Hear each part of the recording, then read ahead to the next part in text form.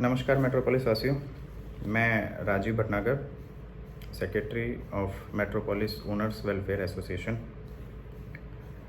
अपनी कमेटी की तरफ से कुछ पॉइंट्स पे क्लैरिफिकेशन देना चाहता हूँ। काफ़ी समय से लोगों के मस्तिष्क में कुछ सवाल चल रहे हैं और मेरे पास भी काफ़ी लोगों के फ़ोन आए, मेरे से पूछे लोगों ने क्वेश्चन, तो कमेटी ने डिसाइड किया कि उस पॉइंट्स का बिंदुवार जवाब दिया जाए। तो सबसे पहला क्वेश्चन यूपीसीएल के कनेक्शन को लेके कि क्या हम लोगों को यूपीसीएल का कनेक्शन लेना चाहिए, नहीं लेना चाहिए। यूपीसीएल का कनेक्शन लेने से फ़ायदा सबसे ज़्यादा मेट्रोपोलिस निवासियों को ही होगा। पहली चीज़ तो ये कि आपकी फाइनेंशियल फ्रीडम बढ़ेगी, आपकी electricity cost minimum to minimum 50% save होगी, क्योंकि अभी जो आप दे रहे हैं वो सिंगल पॉइंट बल्क कनेक्शन का जो रेट है वो 6 रुपये 25 पैसे रेट है, और अगर आप 100 यूनिट कंज्यूम करते हैं तो जो रेट है 3 रुपये 15 पैसे। अगर आप डायरेक्ट इंडिविजुअल इलेक्ट्रिसिटी कनेक्शन लेंगे तो 3 रुपये 80 पैसे पर किलोवाट एनर्जी कंजम्पशन आपको बेनिफिट मिलेगा, अगर आपका कंजम्पशन 100 से नीचे ही रहता है। तो ये तो रही फाइनेंशियल फ्रीडम की बात, जिससे आप खुद आपकी इतनी सेविंग होगी। दूसरा, कोई भी RWA या कोई भी बिल्डर आपका हरासमेंट नहीं कर सकता।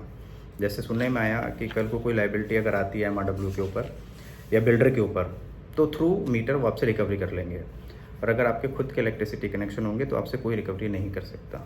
आपके ऊपर कोई इलेक्ट्रिसिटी आपकी काट नहीं सकता, आपकी इलेक्ट्रिसिटी के माध्यम से कोई भी हरासमेंट आपका नहीं हो सकता।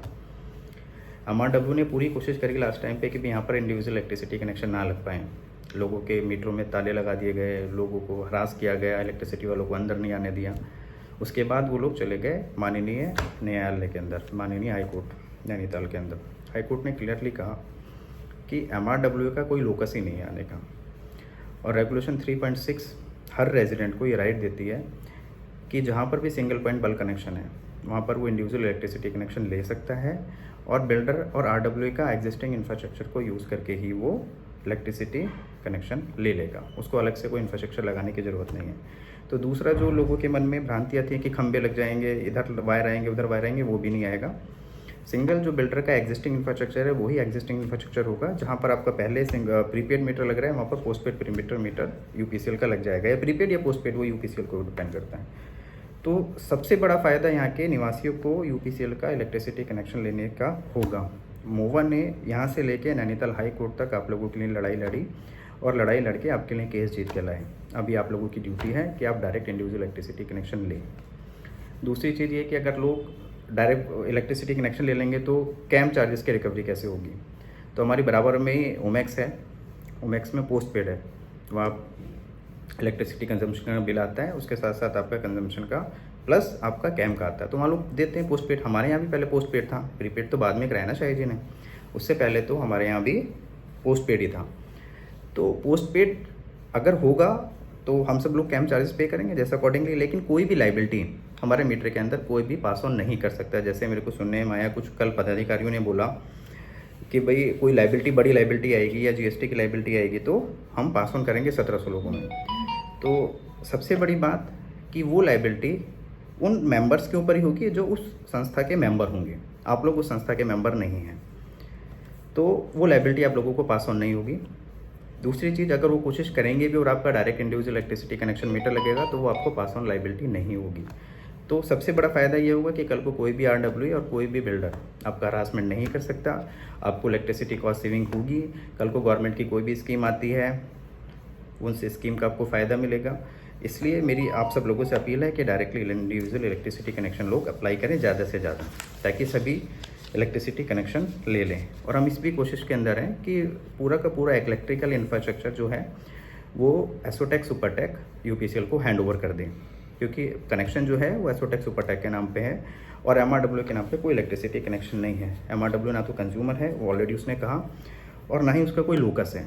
तो कायदे में जो आज की डेट में MRW इलेक्ट्रिसिटी सप्लाई कर रहे हैं, ट्रांसमिट कर रही है, वो भी पूरी तरीके से इलीगल है, जिसकी कंप्लेंट हम लोगों ने ऑलरेडी SDO को कर दिया। इलेक्ट्रिकली ट्रांसमिशन जो इलीगली MRW कर रही है। अब दूसरा पॉइंट जो लोगों ने पूछा, और कुछ लोग कह रहे हैं कि आप MRW के मेंबर नहीं बनेंगे तो आपके ऊपर GST की लाइबिलिटी आएगी, 1 महीने के लिए मेंबरशिप खोली गई है तो आपके ऊपर GST की लाइबिलिटी आएगी। तो पहली चीज़ तो ये कि MRW के 100 ही मेंबर थे, शुरू से ही मेंबर 100 थे, तो 100 मेंबर के अलावा तो यहाँ 1700 लोग रह रहे हैं, तो 1600 लोगों जो थे वो ऑलरेडी जीएसटी पे कर रहे थे। तो क्या एमआरडब्ल्यू ने लोगों की जीएसटी पे करी? जो अब ये कह रहे हैं कि भाई जो हमारे मेंबर नहीं बनेंगे उनको जीएसटी पे करनी पड़ेगी। तो पहला क्वेश्चन तो ये है कि दिसंबर 2019 से अब तक मेट्रोपोलिस ने जितने ही लोगों से हम लोगों से कैंप चार्जेस कलेक्ट किए हैं, क्या उसके ऊपर जीएसटी पे करी? जैसे अभी उन्होंने कहा कि भाई जो मेंबर नहीं बनेंगे वो जीएसटी पे करेंगे। तो मेंबर तो पहले से ही नहीं थे, मेंबर तो केवल 100 ही थे। तो जब 100 लोग थे तो बाकी के 1600 लोगों की जीएसटी पे करी? मेरे ख्याल से नहीं करी। इसका डिपार्टमेंट अकॉर्डिंगली कॉग्निजेंस लेगा जैसे भी उसे करना है। और कभी इन फ्यूचर में कोई लाइबिलिटी आएगी तो मैं आपको एश्योर करता हूँ लीगली आपके ऊपर कोई लाइबिलिटी का बर्डन नहीं आएगा, क्योंकि आप लोगों ने पहले से ही कंबाइंड कैंप चार्जेस पे किए हैं जो आपसे प्रीपेड रूप से लिए गए हैं। आप एडवांस में कैंप चार्जेस पे करते हैं, इट्स इंक्लूड जीएसटी। अगर आप सामान बाजार से कोई सामान खरीदते हैं तो उसके अंदर जीएसटी इंक्लूड होती है, उसके लिए अलग से आप जीएसटी नहीं पे करते हैं। अगर कोई साबुन खरीदते हो, सर्फ खरीदते हो, कोई चॉकलेट खरीदते हो तो इट्स इंक्लूड जीएसटी। लाइक हमसे कैंप चार्जेस जो वसूल जा रहे हैं इट्स इंक्लूड जीएसटी, क्योंकि प्रीपेड लिए जा रहे हैं उसके अंदर। अब एमआरडब्ल्यू से पे कर रहा है नहीं कर रहा, वो एमआरडब्ल्यू का अकाउंट्स बताएगा कि वो कर रहा है या नहीं कर रहा। तो इस चीज़ से बेफिक्र रहें कि कोई लाइबिलिटी आप लोगों को पास ऑन होगी। तो कोई भी लाइबिलिटी अगर आती है तो आप लोगों के ऊपर बिल्कुल भी पास ऑन नहीं होगी। इन केस अगर जीएसटी की कोई लाइबिलिटी आती है और जीएसटी का अगर इवेजन हुआ है और कैंप चार्जेस के ऊपर अगर जीएसटी पेमेंट नहीं हुई तो डिपार्टमेंट अकॉर्डिंगली एक्शन लेगा और उसकी लाइबिलिटी आप लोगों के ऊपर नहीं आएगी। और लाइबिलिटी केवल उन्हीं लोगों के ऊपर आएगी जो कि वो अकाउंट्स हैंडल कर रहे थे या जो भी कार्यकारिणी सदस्य थे या उनके जो भी मेंबर थे। हम 1600 लोग उसके मेंबर नहीं हैं, या तो उनके जो कार्यकारिणी सदस्य हैं या जो उनके अपने 100 मेंबर्स हैं। बाकी के 1600 लोगों के ऊपर लाइबिलिटी नहीं आएगी। तो दूसरा पॉइंट ये क्लियर हो गया कि आप लोगों के ऊपर कोई जीएसटी की लाइबिलिटी आने वाली नहीं है। इसलिए दिमाग से ये डर निकाल दें कि हम एमआरडब्ल्यू के मेंबर बनेंगे तो हमारे ऊपर जीएसटी की लाइबिलिटी से हम बच जाएंगे, ऐसा नहीं है। दूसरा लोगों के प्रश्न ये आ रहा है कि एमआरडब्ल्यू को तो रजिस्ट्रेशन ही कैंसिल हो गया। तो मैं आपको ये कहना चाहता हूँ कि एमआरडब्ल्यू का रजिस्ट्रेशन की रिकमेंडेशन डेप्यूटी रजिस्ट्रार ने कर दी है कि आप इसका रजिस्ट्रेशन कैंसिल कर दें। तो अब रजिस्ट्रार के ऊपर है कि वो उसको कब उसके ऊपर एक्शन लेता है। तीसरी और सबसे महत्वपूर्ण जो ये लोग कह रहे हैं कि हम लोग खुद ही आप लोगों के थ्रू चुन के आए, तो ये लोग केवल 100 ही लोग थे, 1600 लोग नहीं थे। तो ये जो प्रतिनिधि हैं वो केवल 100 लोगों के लिए हमारे लिए केवल सर्विस प्रोवाइडर हैं, तभी भी थे और आज भी हमारे लिए सर्विस प्रोवाइडर हैं। आप हमसे जो लेते हैं हम आपको वो पे करते हैं एडवांस रूप में।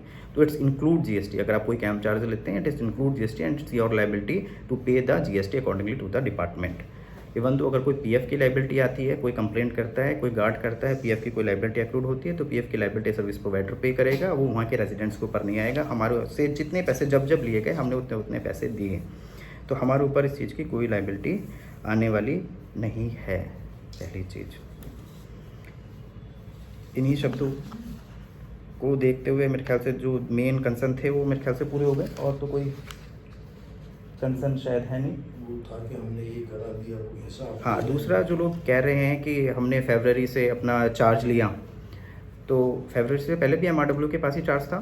ऐसा तो था नहीं कि एमआरडब्ल्यू के अलावा किसी और संस्था के पास चार्ज था। आपने फरवरी से हिसाब दे रहे हैं तो जो हिसाब देते हैं ना तो वो हिसाब किसी के द्वारा साइन किया हुआ होता है, कोई अकाउंट्स के ऊपर, कोई बैलेंस शीट के ऊपर, कोई प्रॉफिट एंड लॉस के ऊपर कोई सिग्नेचर नहीं होता। और आप हमेशा प्रॉफिट एंड लॉस डालते हैं, कभी बैलेंस शीट नहीं शो करते कि किसके अगेंस्ट में कितनी लाइबिलिटी है। तो आपको फाइनेंशियल स्टेटमेंट दें तो कंप्लीट फाइनेंशियल स्टेटमेंट दें with duly signed by the secretary और द ट्रेजरर और द प्रेसिडेंट और the vice president of the MRW. दूसरी चीज़ आप कह रहे हैं हमने ये कराया वो कराया, किराया तो हमारे पैसों से ही ना, कैंप चार्जेस से ही लिया ना। ऐसा तो है नहीं कि आपने अपने पास से दिया हूँ, तो हम लोगों से कैंप चार्जेस लेके दिया जो हम लोगों ने। तो इसके ऊपर कोई एहसान या वाली बात नहीं है, आप लोगों ने हमसे कैंप चार्जेस लिए और उसका यूज़ किया और उसको अपने पेमेंट किया। अब बात कर रहे हैं इससे पहले की, फरवरी से हमने लिया, तो फरवरी से पहले क्या हुआ उसका हिसाब कौन देगा? उसका हिसाब तो अभी तक नहीं आया। उसका हिसाब क्यों नहीं डाला? अभी से फरवरी से क्यों डालना शुरू किया? उससे पहले आप लोगों ने क्यों नहीं डाला? तो ये कुछ चीज़ें हैं जो चीज़ें थी। दूसरा मैं आपको एक चीज़ और मैं बताऊँ, आपको कहना चाह रहा था कि जो हैंड ओवर हुआ था एमआरडब्ल्यू को, वो हैंड ओवर भी एक समझौते के थ्रू ही हुआ था। जब हम रेरा में केस जीत गए थे, जब एमआरडब्ल्यू रेरा में केस जीत गए थे, तो ऑनरेबल रेरा ने ऑर्डर पास किया था कि 50 पैसे जो बिल्डर ने कैंप चार्जेस एक्सेस हमसे लिए हैं वो सभी रेजिडेंट्स को वापस होंगे, और एक certain portion of green belt जो है जो मेंटेन नहीं है वो मेंटेन करके बिल्डर इनको देगा, क्योंकि वो ग्रीन बेल्ट थी नहीं और बिल्डर को पैसे वापस लेने नहीं थे। इसलिए आरडब्ल्यूए ने बिल्डर के साथ समझौता किया और वो समझौता फाइल करिए रेरा ट्रिब्यूनल के अंदर, जिसके थ्रू इनको हैंडओवर मिला।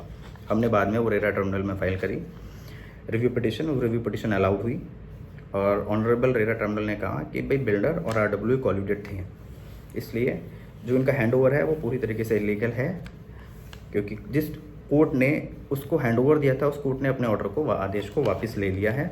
अभी वो matter honourable Nainital high court में पेंडिंग है और ऑर्डर के ऊपर स्टे है। दिसंबर में उसकी डेट है, अकॉर्डिंगली जैसे भी उसकी डेट होगी, अगर वो हाई कोर्ट से हम लोग केस जीत जाते हैं तो पूरा हैंडओवर इलीगल होगा। तीसरी चीज़ जो हम कैंप चार्जेस की हम बात करते हैं, अगर हम देखें तो कैंप चार्जेस हम लोग देने के लिए लायबल नहीं है, इसके लिए भी हम लोग फाइट करेंगे। इसके लिए भी अपन लोग ऑनरेबल नैनीताल हाई कोर्ट में प्लानिंग कर रहे हैं कि हम लोगों से जो भी MRWA कैंप चार्जेस ले रहा है, जो प्रीवियसली MRWA ने जो कैंप चार्जेस लिए हैं वो भी प्योरली इलीगल है, क्योंकि सोसाइटी जो है अभी तक इनकम्प्लीट है और एज पर lease deed executed between the Assotech, Supertech and SIDCUL. आप कैंप चार्जेस तभी रिकवर करेंगे जब सोसाइटी पूरी तरीके से डेवलप्ड हो, उसके 5 साल के बाद ही आप कैंप चार्जेस देंगे। तो अभी सोसाइटी भी पूरी तरीके से कंप्लीट नहीं है, तो हम कैंप चार्जेस देने के लिए लायबल पूरी तरीके से नहीं है। हम उसकी रिकवरी के लिए भी एक पिटिशन अकॉर्डिंगली फाइल करेंगे। हमारी measure of the green belt जो है वो एनक्रोच करी हुई है और वो बिल्डर ने एनक्रोच करी with the support of MRWA also, तो उसके लिए भी अपन लोग प्लान कर रहे हैं PIL फाइल करने के लिए। तीसरा, जो आज ही कह रहे हैं कि आप लोगों से अपील कर रहे हैं कि आप इलेक्ट्रिसिटी का कनेक्शन नहीं लीजिए, उसके पीछे का रीज़न मैं आपको बताता हूँ कि उसके पीछे का रीज़न क्या है। उसके पीछे का रीज़न ये है कि आज की डेट में MRWA ने जो UPCL से सिंगल पॉइंट बल्क कनेक्शन ले रखा है वो अप्रॉक्सीमेट 2263 करीबन 2200 साढ़े 2200 किलोवाट का ले रखा है, और जो अलॉट कर रखे हैं फिक्स लोड चार्ज, वो फिक्स लोड अलॉट किया हुआ है 6700-6800 किलोवाट का। मतलब आप UPCL को तो दे रहे हैं केवल 2300 किलोवाट के पैसे, 2200-2300 किलोवाट के, और आप ले रहे हैं 6800 किलोवाट के, तो करीबन 4.5-5 लाख रुपए हम लोगों से एक्सेस चार्ज लिए जा रहे हैं, जिसकी कंप्लेंट हमने ऑलरेडी UPCL को कर दी है। उसके इन्वेस्टिगेशन के ऑर्डर ऑलरेडी CGRF ने प्लेस कर दिए हैं। उसके अकॉर्डिंग वो लर्निड CGRF के अकॉर्डिंग उसका इन्वेस्टिगेशन होगा, जिसमें एक्सियन भी चेयर करेगा उस मीटिंग को। उसके बाद हम लोगों से जितने चार्जेस एक्सेस वसूल किए गए हैं वो सभी लोगों को वापस होंगे, उसके लिए भी हम पूरी तरीके से प्रयासरत हैं।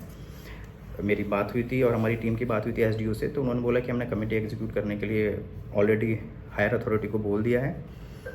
तो जैसे ही उस कमेटी का ऑर्डर आएगा तो अप्रॉक्सीमेट 6 करोड़ रुपए की फिगर हमने कंप्यूट करी है, जो हमसे बिल्डर ने और RWA ने एक्सेस चार्ज कर दिया इन लियो फिक्स लोड चार्जेस। तो फिक्स लोड चार्जेस हमसे 6 करोड़ रुपए एक्सेस चार्ज किए गए लास्ट प्रीवियस 10 ईयर्स के अंदर। तो अप्रॉक्सीमेट 4.2 करोड़ रुपीज़ बिल्डर ने हमसे एक्सेस चार्ज किए हैं और 1.8 करोड़ रुपीज़ अप्रॉक्सीमेट हमसे RWA ने ज़्यादा चार्ज किए हैं, जो उसे नहीं चार्ज करने चाहिए थे, जिसके रिफंड के लिए हमने ऑलरेडी पिटिशन फाइल करी हुई है। उसके एग्जीक्यूशन के लिए ऑलरेडी फाइल करी कि जैसे ही एग्जीक्यूशन होगा उसका हम लोगों को वो पैसे भी वापस मिलेंगे और वो पैसे सभी 1700 निवासियों को मिलेंगे। तो ये होगा। दूसरा, मैंने आपको पहले ही बताया कि जिस स्टेट पे कोई लाइबिल, आपका मीटर अपने हो जाएंगे, अपने UPCL कनेक्शन हो जाएंगे, आप फाइनेंशियल फ्रीडम हो जाएगी। आपके मीटर के अंदर कोई भी छेड़खानी नहीं कर सकता, आपके मीटर के अंदर कोई भी पेनल्टी नहीं डाल सकता। इन फ्यूचर वी एक्सपेक्ट करते हैं कि अगर कोई फ्यूचर लाइबिलिटी आती है MRWA के ऊपर, तो जैसे इन्होंने बताया ओपनली कि वो लाइबिलिटी 1700 परिवारों की होगी, तो वो लाइबिलिटी आप लोगों के ऊपर पास ऑन कर देंगे। इसलिए मेरी लास्ट में आप सब लोगों से निवेदन है कि आप लोग फाइनेंशियली फ्रीडम बने, इंडिपेंडेंट बने और अपने इंडिविजुअल इलेक्ट्रिसिटी कनेक्शन लें, ताकि आपके मीटर के अंदर कोई भी अनऑथराइज्ड चार्जेस उसके अंदर डेबिट ना कर सके और आपको बाउंड ना कर सके कि ये चार्जेस आपको पे करने हैं। अगर आपका अपना इंडिविजुअल इलेक्ट्रिसिटी कनेक्शन मीटर होगा तो आपसे MRWA या कोई भी RWA या कोई भी बिल्डर मीटर के माध्यम से आपसे रिकवरी नहीं कर सकता। इसलिए लास्ट में मैं अपने शब्दों को विराम करते हुए यही कहूँगा कि आप लोग अपने इलेक्ट्रिसिटी के कनेक्शन लें और फाइनेंशियली फाइनेंशियली इंडिपेंडेंट बने। और रही बात जेनसेट की कि हम जेनसेट नहीं देंगे, जेनसेट और यहाँ की सारी प्रॉपर्टी आपकी अपनी प्रॉपर्टी है। ये किसी बाहर वाले की MRWA के 10 लोगों की प्रॉपर्टी नहीं है, वहाँ के 100 लोगों की प्रॉपर्टी नहीं है, यहाँ के 1700 लोगों की प्रॉपर्टी है और आप लोगों ने पेमेंट किया हुआ है। वो जेनसेट या इस पूरी मेट्रोपोलिस सोसाइटी की एक ईट भी आपकी अपनी है, जनसेट भी आपका अपना है।